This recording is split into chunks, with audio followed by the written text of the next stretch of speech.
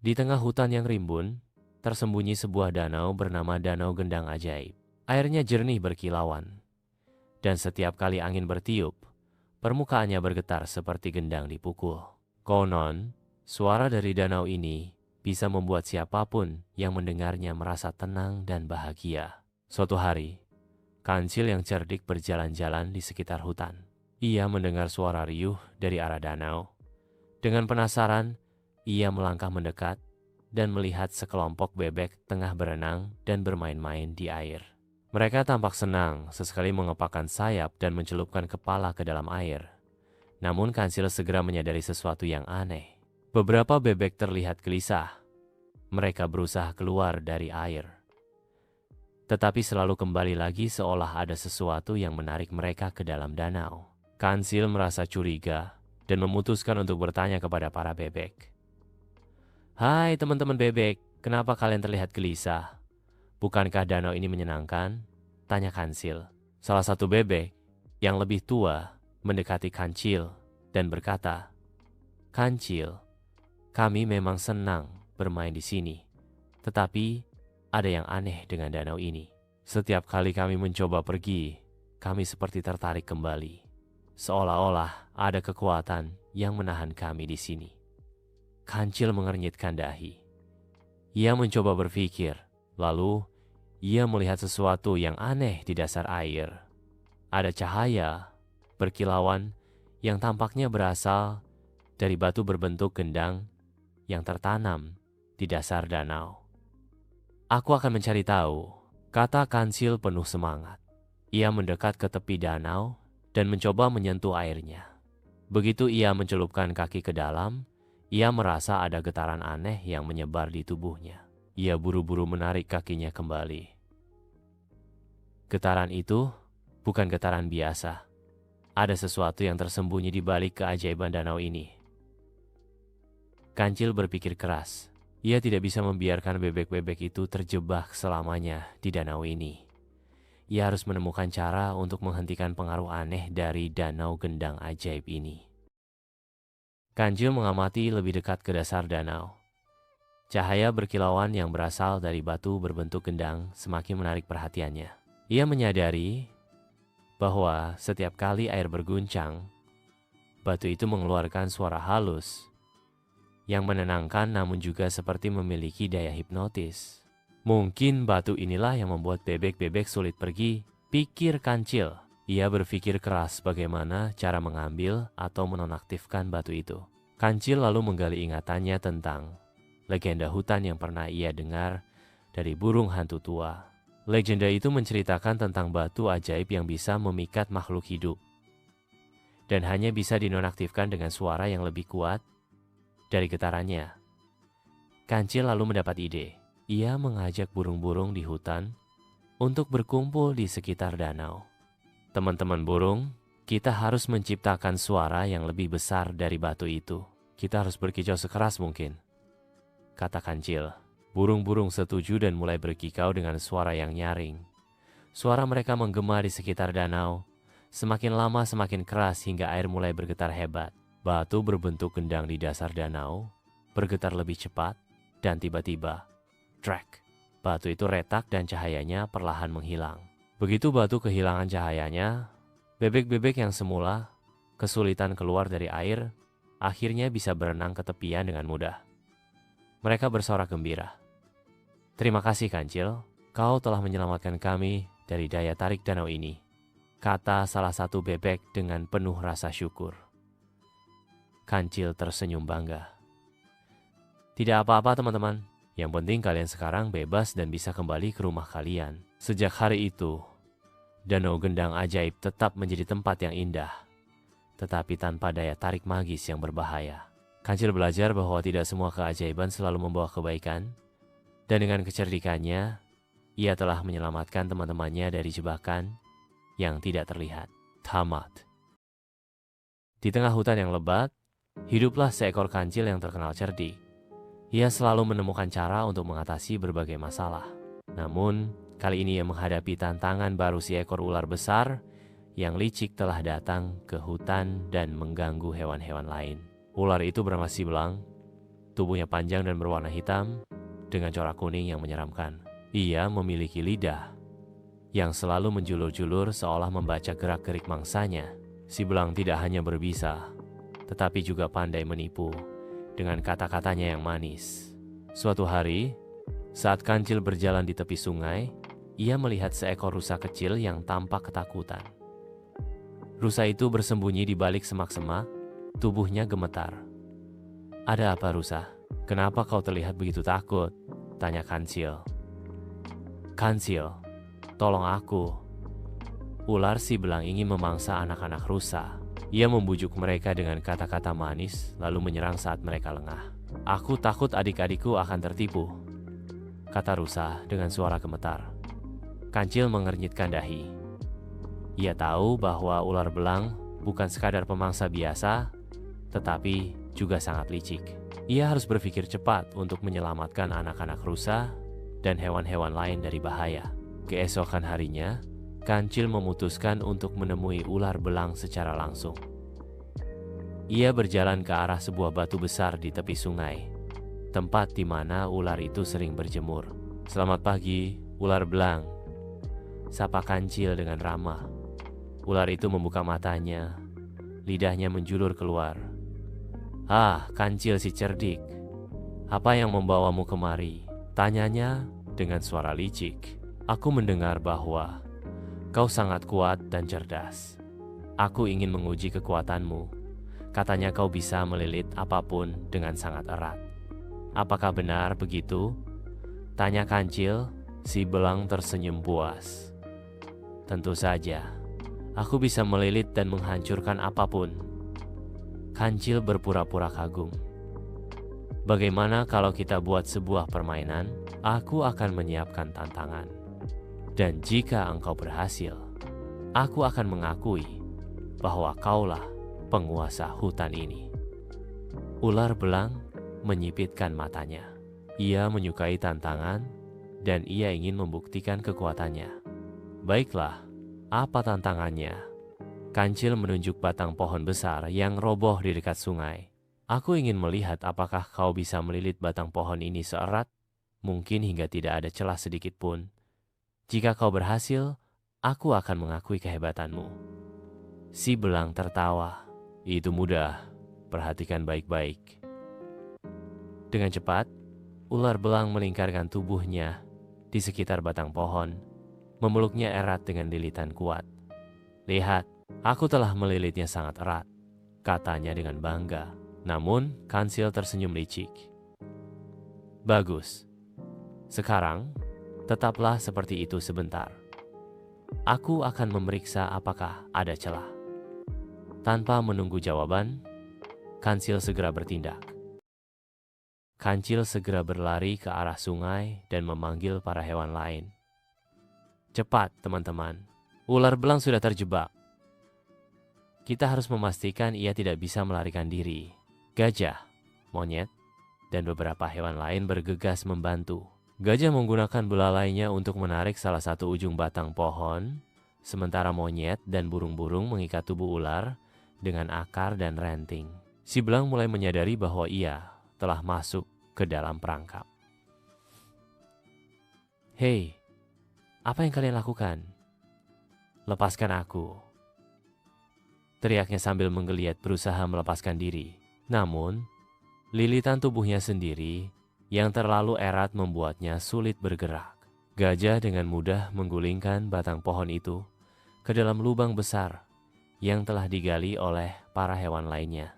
Begitu pohon jatuh ke dalam lubang, mereka segera menimbunnya dengan tanah dan batu besar. "Sekarang, kau tidak bisa lagi menipu dan memangsa hewan-hewan di hutan ini," kata Kancil dengan tegas. Ular belang menggeram marah, tetapi ia tidak bisa berbuat apa-apa. "Kancil, kau telah memperdaya aku. Aku akan membalas dendam suatu hari nanti." Kancil hanya tersenyum. "Kau seharusnya tidak menipu dan memangsa hewan-hewan yang lebih lemah. Hutan ini adalah rumah bagi semua makhluk, bukan hanya untukmu saja." Para hewan bersorak gembira. Mereka berterima kasih kepada kancil yang telah menyelamatkan mereka dari ancaman si belang. Rusa kecil dan anak-anak rusa lainnya akhirnya bisa hidup dengan tenang tanpa rasa takut. Sejak hari itu, ular belang tidak pernah lagi muncul di hutan. Kancil menjadi semakin dihormati sebagai pahlawan yang tidak hanya cerdik, tetapi juga berani menghadapi bahaya demi melindungi teman-temannya. Tamat. Di sebuah hutan yang rimbun, hiduplah seekor kancil yang terkenal pintar dan licik. Suatu hari, kancil sedang berjalan-jalan di tepi sungai ketika ia melihat seekor burung gagak sedang bertengger di dahan pohon. Gagak itu terlihat sangat lemas dan kelaparan. "Kau kenapa, kakak?" tanya kancil penasaran. "Aku sudah 2 hari tidak makan," keluh gagak. "Hutan ini semakin sulit mencari makanan." Kancil yang licik segera mendapat ide. "Aku tahu tempat yang penuh dengan buah-buahan segar. Tapi, kau harus berjanji tidak memberitahu siapapun." Gagak yang lapar langsung bersemangat. "Aku berjanji, tolong tunjukkan padaku." Kancil tersenyum licik. "Baiklah, ikuti aku." Kancil membawa Gagak ke sebuah ladang milik petani. Di sana, terdapat banyak buah semangka yang ranum. Gagak sangat senang dan langsung memakan beberapa buah. Namun, tiba-tiba petani datang dan marah melihat buah semangkanya dimakan. "Gagak, kau mencuri buahku!" teriak petani. Gagak ketakutan dan terbang menjauh. Ia sadar telah ditipu kancil. Sementara itu, kancil tertawa puas dari balik semak. Gagak sangat marah pada kancil. Ia bertekad untuk membalas tipuannya. Keesokan harinya, Gagak melihat kancil sedang tidur di bawah pohon. Ia segera terbang ke sarang lebah di dekatnya. "Wahai lebah, kancil sedang merencanakan untuk mencuri madumu," bisik Gagak. Lebah menjadi marah dan segera mengerumuni kancil yang sedang tidur. Kancil terbangun karena disengat lebah dan lari ketakutan. Gagak terbang di atasnya dan berkata, "Ini balasan untuk tipuanmu, kancil." Kancil menyadari kesalahannya dan meminta maaf. Sejak saat itu, ia berjanji tidak akan menipu lagi. Gagak dan kancil pun berdamai dan hidup rukun di hutan. Pesan moral: kejahatan akan berbalas kejahatan, tetapi kebaikan akan mendatangkan.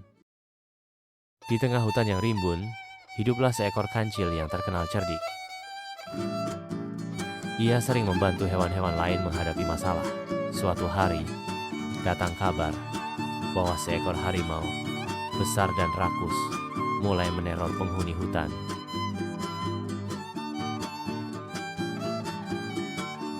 Para hewan pun ketakutan. "Kita harus mengusir harimau itu sebelum ia memusnahkan kita semua," seru kelinci. Namun, tak ada yang berani melawan harimau yang kuat itu. Mendengar hal itu, kancil tersenyum. "Tenang, aku punya rencana," katanya. Keesokan harinya, kancil mendatangi harimau yang sedang berbaring malas di bawah pohon. "Wahai Raja Hutan, betapa mulianya engkau," puji kancil sambil membungkuk. Harimau mengangkat kepala. "Penasaran, apa maksudmu, kancil kecil? Kabar tentang kebijaksanaan dan kekuatanmu telah terdengar hingga ke hutan seberang. Bahkan para dewa memujimu," lanjut kancil. Harimau tersipu bangga. "Benarkah? Lalu, apa yang bisa kubuat untuk mereka?" Kancil berpura-pura berpikir. "Dewa-dewa ingin memberimu hadiah istimewa, tapi mereka khawatir kau terlalu rakus. Mereka bilang, jika kau bisa berpuasa selama 3 hari tanpa membunuh satupun hewan, mereka akan memberimu kekuatan abadi." Harimau tergoda. "Hanya 3 hari. Itu mudah." Kancil mengangguk. "Tapi ingat, jika engkau melanggar, dewa akan murka dan mengambil semua kekuatanmu." Dengan sombong, harimau menjawab, "Aku pasti bisa." Hari pertama berlalu. Harimau menahan lapar, tapi pikirannya terus tertuju pada rusa dan kijang yang lewat. Hanya 2 hari lagi. Gumamnya. Hari kedua, perutnya keroncongan. Ia melihat kelinci gemuk melompat dekatnya. Tapi, ia ingat ancaman Kancil. Tidak, aku harus kuat. Sementara itu, Kancil diam-diam mengumpulkan hewan-hewan lain. Sekarang, saatnya kita menguji kesabarannya, bisiknya. Di hari terakhir, Kancil menggulingkan buah busuk ke dekat harimau. Bau menyengat itu menarik lalat dan serangga. Harimau yang sudah kelaparan menjadi gusar. Tiba-tiba, Kancil berlari sambil teriak. Wahai harimau, dewa mengujimu dengan bau busuk ini. Jika engkau tahan, kau menang.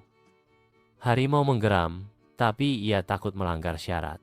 Namun, ketika tikus kecil berlarian di kakinya, ia tak tahan lagi. Cukup, aku lapar. Ia menerkam tikus itu. Seketika, Kancil muncul dengan suara keras. Kau gagal. Sekarang dewa akan menghukummu. Dari balik semak, hewan-hewan lain mulai melemparkan batu dan ranting, berteriak. Pergi, harimau rakus. Harimau kaget dan ketakutan. Ia mengira itu benar-benar murka dewa. Dengan malu, ia lari meninggalkan hutan untuk selamanya. Hewan-hewan bersorak gembira. Terima kasih Kancil, kau telah menyelamatkan kita. Kancil hanya tersenyum. Keserakahan selalu berakhir dengan kehancuran. Yang penting akal sehat dan kerjasama.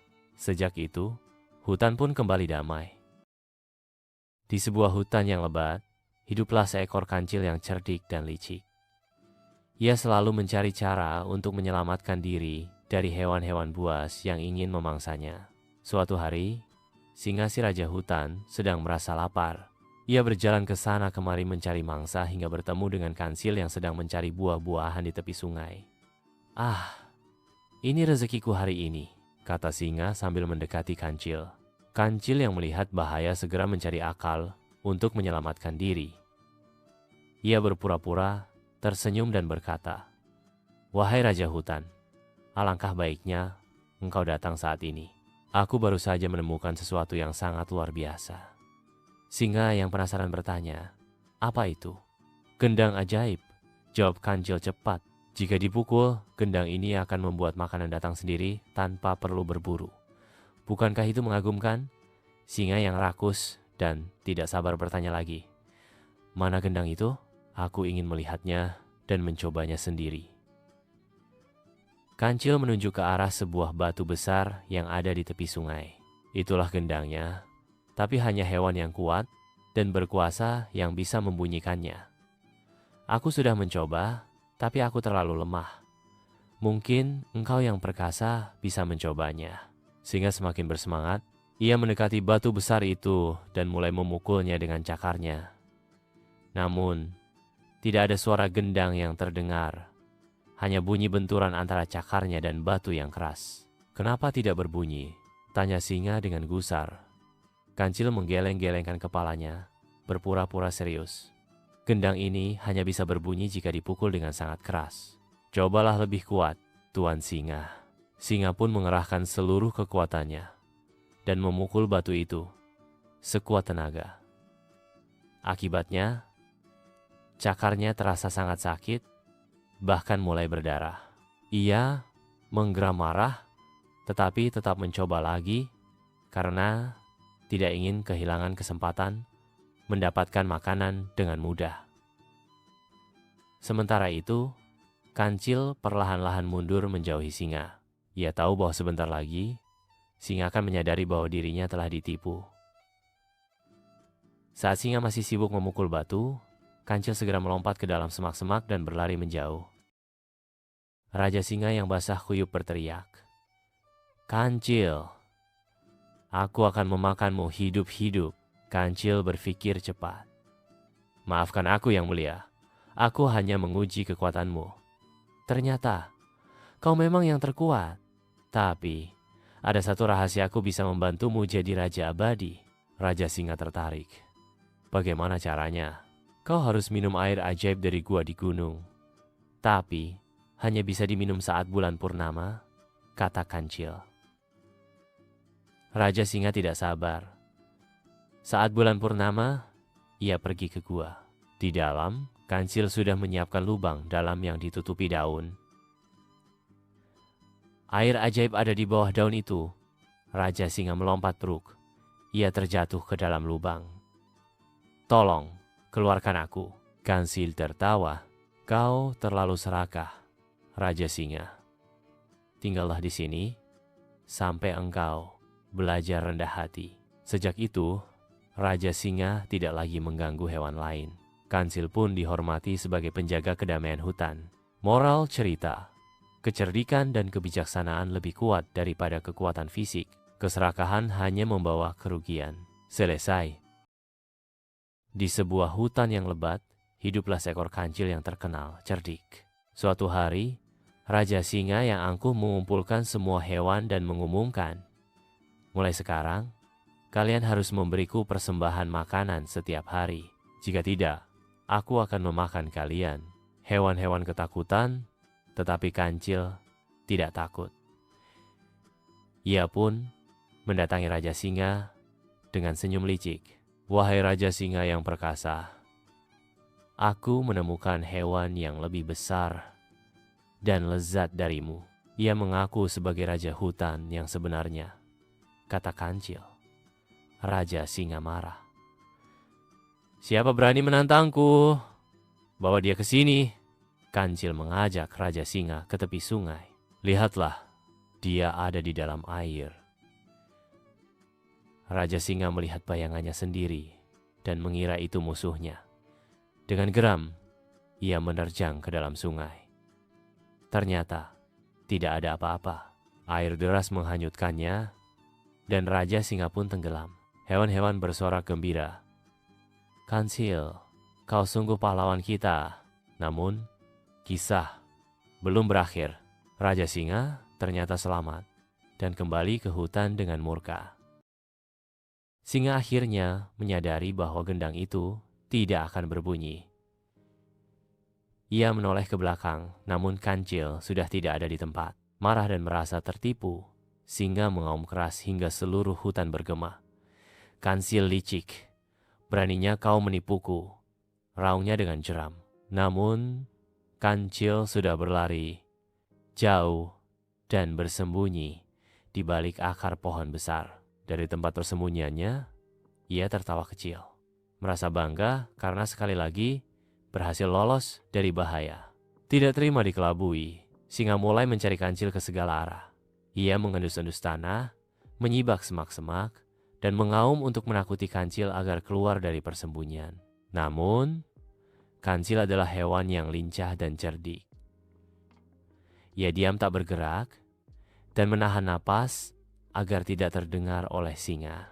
Setelah beberapa lama mencari, singa mulai lelah dan kehabisan tenaga. Cakarnya yang terluka membuatnya semakin kesakitan. Dengan penuh kekesalan, ia akhirnya pergi meninggalkan tempat itu. Begitu singa pergi, Kancil keluar dari tempat persembunyiannya. Ia menghela napas lega dan tersenyum puas. Sepertinya aku harus lebih berhati-hati lain kali. Singa pasti tidak akan mudah tertipu lagi, gumamnya sambil melangkah pergi. Namun, jauh di lubuk hatinya, ia tahu bahwa hidup di hutan yang penuh bahaya selalu membutuhkan akal dan kecerdikan. Dan sebagai Kancil, ia harus selalu siap menghadapi tantangan dengan kepintarannya. Sejak saat itu, kisah tentang gendang ajaib pun tersebar di seluruh hutan. Hewan-hewan lain yang mendengar cerita ini tertawa dan semakin mengagumi kecerdikan Kancil. Sementara itu, singa belajar untuk tidak mudah percaya begitu saja dan lebih berhati-hati terhadap tipu daya. Begitulah, Kancil sekali lagi berhasil menyelamatkan diri dengan kecerdasannya. Dan meskipun petualangan-petualangan lain pasti akan datang, ia selalu percaya bahwa otak yang cerdik adalah senjata terbaik dalam menghadapi dunia.